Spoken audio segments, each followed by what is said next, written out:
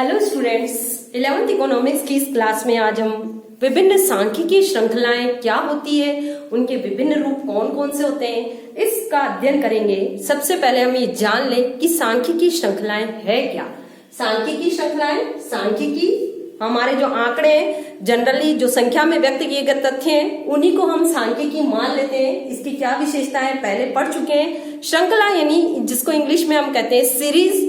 तो देखिए, जब हम अपने सांख्यिकी आंकड़ों को निश्चित क्रम या विशेषता के आधार पर व्यवस्थित रूप में प्रस्तुत कर देते हैं तो उसको हम कहते हैं सांख्यिकीय श्रृंखला।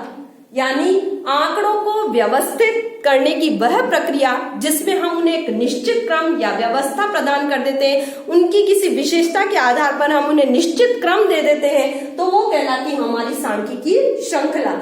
यह आंकड़ों को प्रस्तुत करने की वह विधि है जिसमें हम अपने शुद्ध आंकड़ों को एक निश्चित क्रम या निश्चित विशेषता के आधार पर निर्धारित मापदंडों के भीतर उनको समाविष्ट कर देते हैं या निर्धारित मापदंडों के आधार पर हम उनका मान प्रस्तुत कर देते हैं। तो सांख्यिकी श्रृंखला का यदि हम अर्थ करना चाहें तो देखिए, इसका अभिप्राय उन आंकड़ों से है जिन्हें हम उनकी विशेषता या उनकी किसी निश्चित क्रम के आधार पर कोई व्यवस्था में व्यवस्थित कर देते हैं या उनको हम विभिन्न वर्गों या विशेष क्रम के आधार पर उनका वर्गीकरण प्रस्तुत कर देते हैं, तो वो कहलाती है टेक्निक हमारी सांख्यिकी श्रृंखला।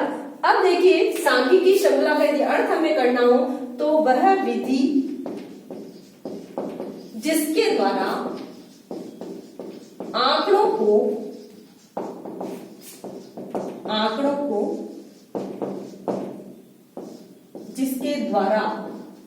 को हम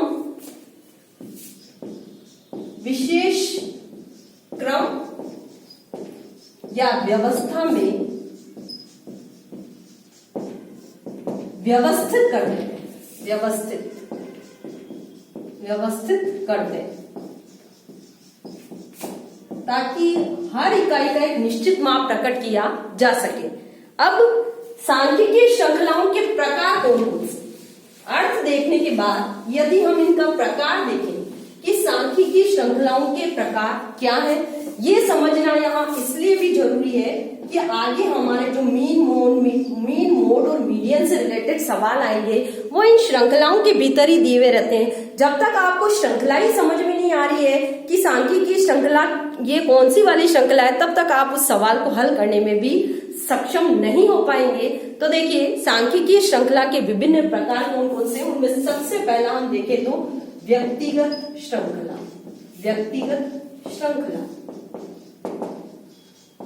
व्यक्तिगत यानी हर इकाई का अपना व्यक्तिगत महत्व होगा।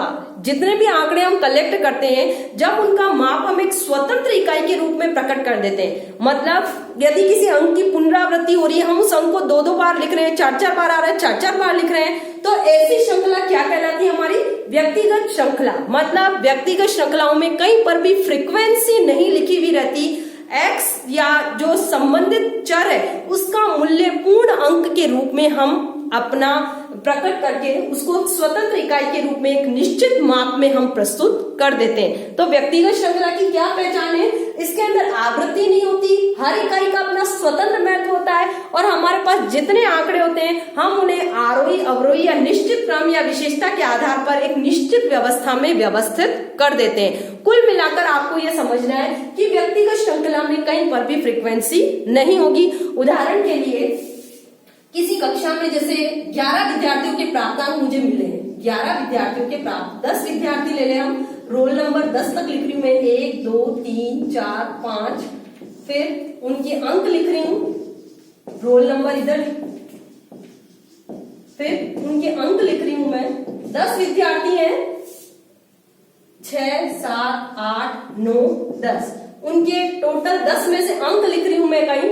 रोल नंबर 1 के जैसे 6 अंक है, 2 के 4 अंक है, 3 के 9 अंक है, 4 के 8 अंक है, 5 के 5 अंक है, 6 के 3 अंक है, 7 के 10 अंक है, 8 के 8, 9 के 6, 10 के 7 अंक है। तो इस प्रकार जब मैं किसी श्रृंखला में आंकड़ों को व्यवस्थित कर रही हूँ या मेरे प्राप्तांकों को मैंने रोल नंबर के आधार पर एक निश्चित क्रम में लिख दिया है, तो ये श्रृंखला क्या कहलाएगी? मेरी व्यक्तिगत श्रृंखला। मतलब इस श्रृंखला में हर इकाई का अपना स्वतंत्र महत्व होता है और प्रत्येक इकाई स्वतंत्र रूप में लिखी जाती है, कहीं पर भी इसमें फ्रीक्वेंसी नहीं लिखी होती। व्यक्तिगत श्रृंखला की ये पहचान है कि इसके अंदर कहीं पर भी आपको आवृत्तियां दिखाई नहीं देगी। जो अंक यदि 2 बार आ रहा है तो दोबारा लिखा जाएगा, 3 बार आ रहा है तो 3 बार लिखा जाएगा। हर इकाई अपने स्वतंत्र रूप में इसमें प्रकट की जाएगी। नेक्स्ट जो सांख्यिकी श्रृंखला का प्रकार है वो देखिए खंडित श्रृंखला। खंडित श्रृंखला जिसको हम कह सकते हैं खंडित श्रृंखला। खंडित श्रृंखला, खंडित श्रृंखला की देखो क्या पहचान होती है? इस श्रृंखला में एक तरफ पूर्णांक लिखे रहते हैं और दूसरी तरफ उसकी आवृत्तियां। खंडित श्रृंखला में पूर्णांक और दूसरी तरफ आवृत्तियां लिखी हुई होगी। एक उदाहरण हम देख लें, जैसे मैं लिखूं, एक तरफ भार बता रहे हैं, दूसरी तरफ छात्र संख्या। भार के मापदंड है 15 kilo, 20 kilo, 25 kilo, 30 KG and 35 KG. अब इसमें कितने छात्र आ रहे हैं उनकी संख्या और लिखी जा रही है इधर। मतलब 15 केजी भार वाले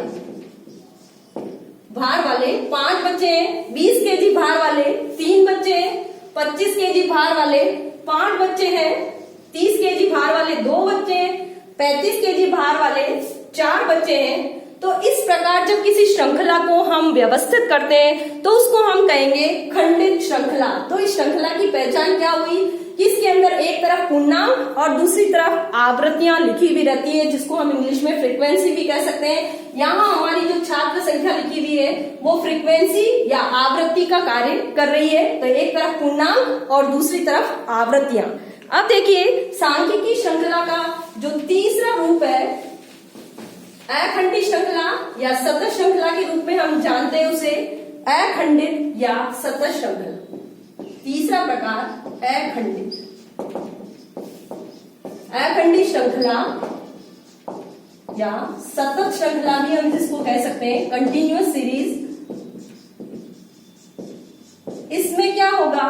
पूर्णांक नहीं होते, क्योंकि हम पहले अखंडित चरों का अध्ययन कर चुके हैं जिसमें हमने कहा कि एक बढ़ते हुए क्रम में लिखे जाते हैं, इनमें एक कंटिन्यूअसता बनी रहती है। तो इसके अंदर जितनी भी आवृत्तियां लिखी हुई होगी वो किसमें होगी? 2 वर्ग सीमाओं के भीतर। तो इस श्रृंखला के अंदर क्या होगा? वर्ग लिखे होंगे एक तरफ और दूसरी तरफ आपकी आवृत्तियां लिखी हुई रहती है। जैसे अंकों का विभाजन इस प्रकार कर दिया जाए, प्राप्तांक लिखे हुए एक तरफ अंक और दूसरी तरफ छात्र संख्या। पूर्णांक नहीं होंगे यानी वो किसी न किसी वर्ग सीमा के भीतर आएंगे। जैसे 0 से 10 तक, फिर 10 से 20, 20 से 30, 30 से 40, 40 से 50। इनमें क्या है? एक कंटिन्यूअसता बनी हुई है, कहीं पर भी पूर्ण अंक नहीं लिखा हुआ है।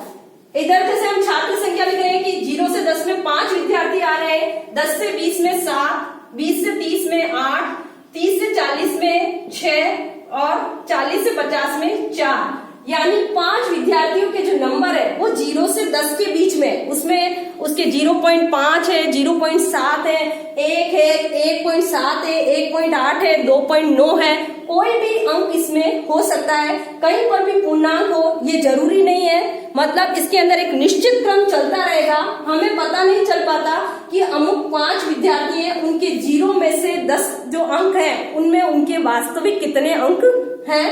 तो कंटिन्यूअस सीरीज के अंदर क्या होता है? एक तरफ आपको वर्ग सीमाएं लिखी होगी और दूसरी तरफ उनकी फ्रीक्वेंसी। एक्स के मूल्य वर्ग सीमाओं के भीतर और इनको हम कह सकते हैं फ्रीक्वेंसी। 0 से 10 ये लिखा हुआ है, इसको किसी वर्ग की निम्न सीमा कहते हैं, निम्न सीमा। और जो 10 है किसी वर्ग की उच्च सीमा मानी जाती है, उच्च सीमा। आवृत्ति किसको कहते हैं हम? बारंबारता, किसी चीज का बार बार आना।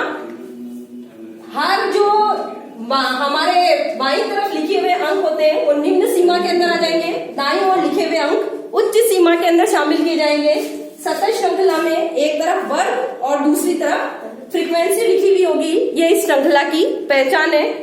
तो आज के वीडियो में हमने पढ़ा सांख्यिकी श्रृंखलाओं का अर्थ क्या है और उनके 3 विभिन्न रूप कौन कौन से हैं, व्यक्तिगत श्रृंखला, खंडित श्रृंखला और सतत श्रृंखला। यहाँ तक आपको क्लियर हो गया होगा। यदि आपको कोई परेशानी है तो मेरे व्हाट्सएप नंबर पर कॉल करें। धन्यवाद।